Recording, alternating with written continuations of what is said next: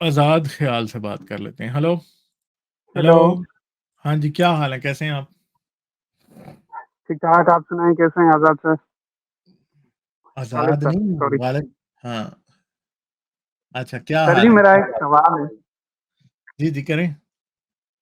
जी, मेरा एक सवाल है अपने मोमिन भाइयों से कि कोई भी रिलीजन उम्मीद पे इतना जोर क्यों देता है, नाउम्मीदी को कुफर करार देता है, जबकि दुनिया में कई ऐसी चीजें हैं जो हम देखते हैं कि उम्मीदें लगा लगा के या आप होप करते हैं वो पूरी नहीं होती। तो हम्म। यानी कि मजहब आपको उस तरफ भी नहीं जाने देता कि आप एक बात को तस्लीम कर सकें कि कुछ नहीं हो सकता, जैसे मौत है या बहुत सारी चीजें हैं जो आपके बस में नहीं होती। लेकिन वहां पर भी आपको ये रोकता है कि आप सच्चाई ना जान सकें। तो ऐसा क्यों है सर? इस बारे में कुछ पूछना था। देखिए, ये आज के वक्त की सेटिंग में रहते हुए ना आप इस बात को समझ नहीं सकते। ठीक है, क्योंकि जी आप पहली बात तो ये आप देखें कि पुराने जमानों में ना बड़ा मुश्किल था सरवाइव करना। जी।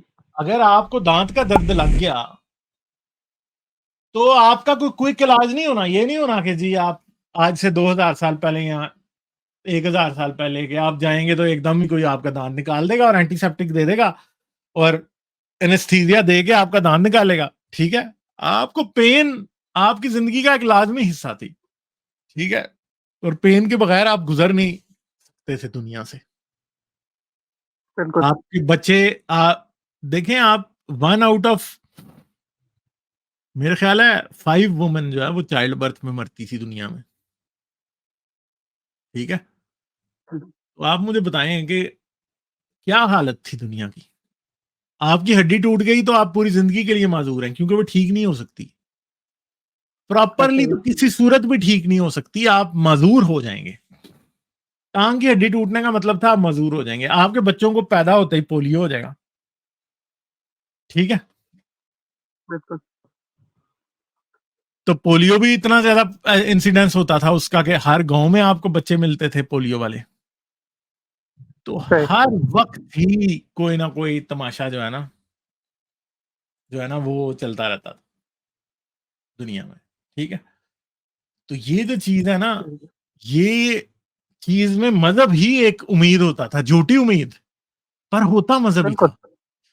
वो कैसे एस्केप करेगा? आपको पता ही नहीं है कि आपको पोलियो क्यों हो रहा है। आप दुआएं बच्चों के लिए मांग रही है मां के मेरे बच्चों को ना हो। ठीक है। वो ठीक। दुआएं ही मांग सकती है, इससे ज्यादा वो कुछ नहीं कर सकती है। तो इंसान फिर यानी बेबसी समझता था। बेबसी से लड़ने का एक ही तरीका था। और दूसरी बात है कि फिर आपके पास बाय चांस पॉपुलेशन का एक ऐसा हिस्सा होगा कि जिसके ऊपर कोई खास मुसीबतें नहीं आई होंगी। दुआएं वो भी मांग रहा होगा, वो समझेगा मेरी कबूल हो गई हैं, दूसरे समझेंगे मेरी नहीं हो रही।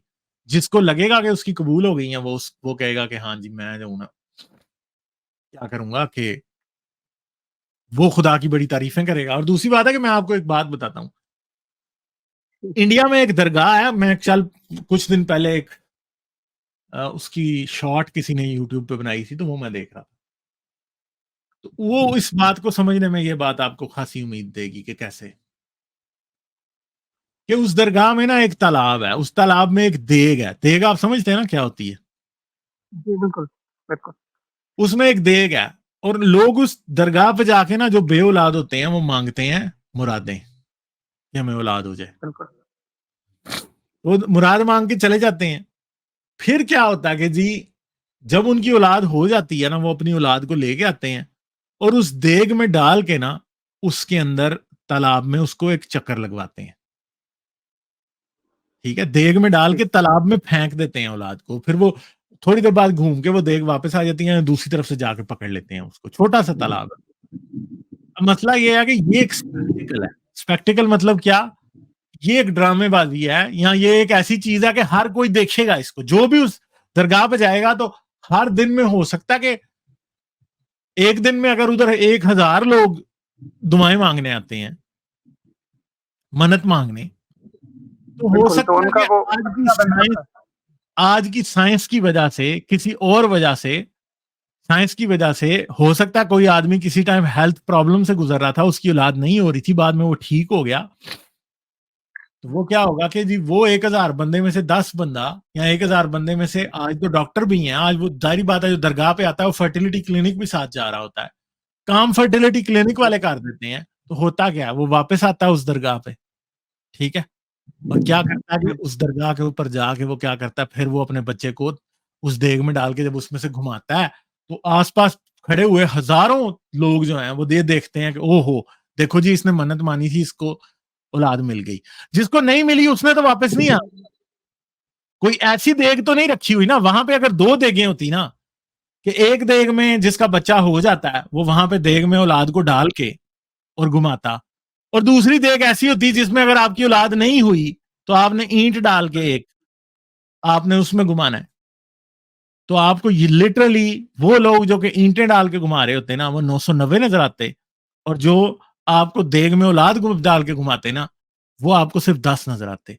ठीक है, तो तब आपको पता लगता कि यार ये तो कोई मनते नहीं पूरी हो रही है, तो बाय चांस उस लोगों की औलादें हो जा रही हैं, जिन लोगों के पास जिन लोगों की मन्नत पूरी हो रही है वो वापस आ रहे हैं, सिर्फ दूसरे नहीं वापस आ रहे। अगर वो भी वापस आते तो आपको लगता कि वो यार ये तो कोई मौजूदा नहीं है, इतने लोगों की तो औलादें हो ही जाती हैं, लोग 20 साल ट्राई करते रहते हैं, 20 साल बाद किसी की औलाद हो ही जाती है।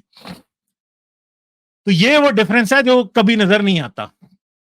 अगर नजर आ जाए लोगों को तो लोग मजहब पे भी दुआओं पे उम्मीद रखनी छोड़ दें, क्योंकि 990 लोगों की उम्मीद नहीं पूरी हो रही होती, सिर्फ 1% की पूरी हो रही होती है, और वो तो बाय चांस भी पूरी हो जानी होती है।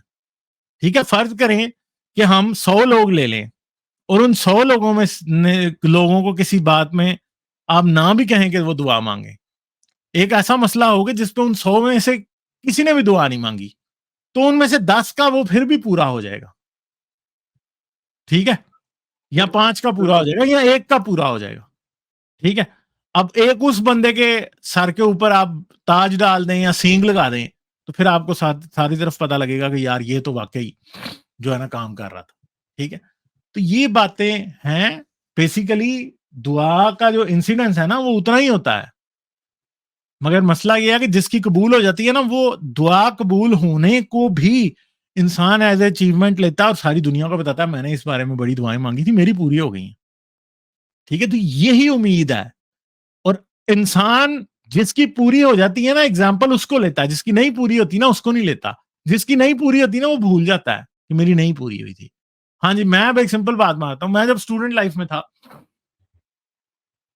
तो मैं डिफरेंट जॉब्स के लिए बड़ी अच्छी अच्छी कंपनीज होती थी उनके लिए बड़ी दुआएं मांगता था।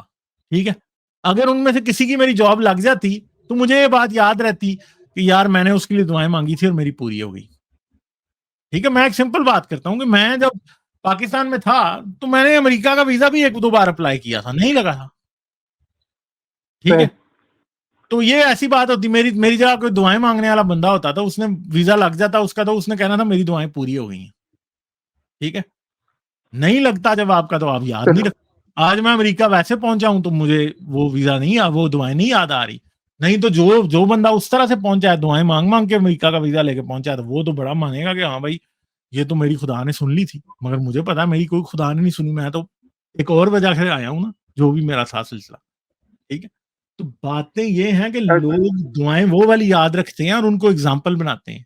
दुआ बेसिकली जो है ना जिसकी पूरी हो जाती है ना, वो एडवर्टाइजमेंट उसकी बहुत करता है कि वो मेरी पूरी होगी भाई। समझ गए आप बात, ये मसला है सारा। बिल्कुल सर, इवन के पाकिस्तान में आपने सुना होगा कि दूल्हे शाह के चूहे, तो वहां पर वो भी लोग क्या देखें, करते वो हैं भी कि बहुत बड़ा ड्रामा है। बिल्कुल वो जेनेटिक प्रॉब्लम होने की वजह से जिनके बच्चे पैदा होते हैं तो वो उनके हवाले कर देते हैं सरकार के कि सिर्फ जी आप वही इन्हें। नहीं है, जेनेटिक प्रॉब्लम नहीं है, वहां पे उन बच्चों के सर के ऊपर एक रिंग डाल दिया जाता है, उनको सर जबरदस्ती समटाइम दूल्हे शाह जेनेटिक पे बना प्रॉब्लम दिया भी जाता होते हैं। है। बिल्कुल, समटाइम जेनेटिक प्रॉब्लम्स भी होते हैं, कई और वजूहात भी होती हैं, आपको वायरसेस भी होते हैं प्रेगनेंसी में जिनकी वजह से ऐसा कुछ हो जाता है। तो लोग अजीब अकायद रखते हैं और फिर उनके हवाले करते हैं कि जी अब ये जो है पहली औलाद है उनके हवाले करनी पड़ेगी। असल में बात यूं है कि आपको नाउम्मीदी से इसलिए रोका गया है कि आप शायद सच्चाई ना जान सकें, इसीलिए कहा गया है कि नाउम्मीदी कुफर है। हेलो। असल मसला ये है कि उम्मीद जो है ना वो एक ऐसी चीज है कि वो इंसान को मुश्किल से मुश्किल हालात में भी आगे बढ़ते रहने या जिंदा रहने का की वजह देती है बस। समझ गए आप बात की? बिल्कुल। और उम्मीद कोई बुरी चीज नहीं है, ठीक है? उम्मीद एक अच्छी लेकिन चीज भी लेकिन है। सर कुछ कुछ उम्मीदें ऐसी होती हैं जो ना रखनी चाहिए तो बेहतर है। हाँ, ये बात आपकी बिल्कुल ठीक है। यही मैं करने वाला था।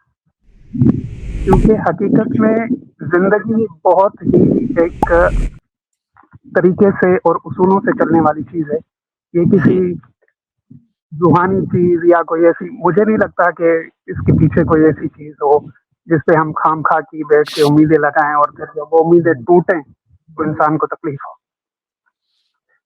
चलें ठीक है, मेरे पास अब टाइम कम है, मैं आगे चलता हूँ, ठीक है? फिर करेंगे बात आपसे, सही है? ठीक है, चलें मैं आपको एक मूवी रिकमेंडेड करना चाहूंगा, सनसेट लिमिटेड।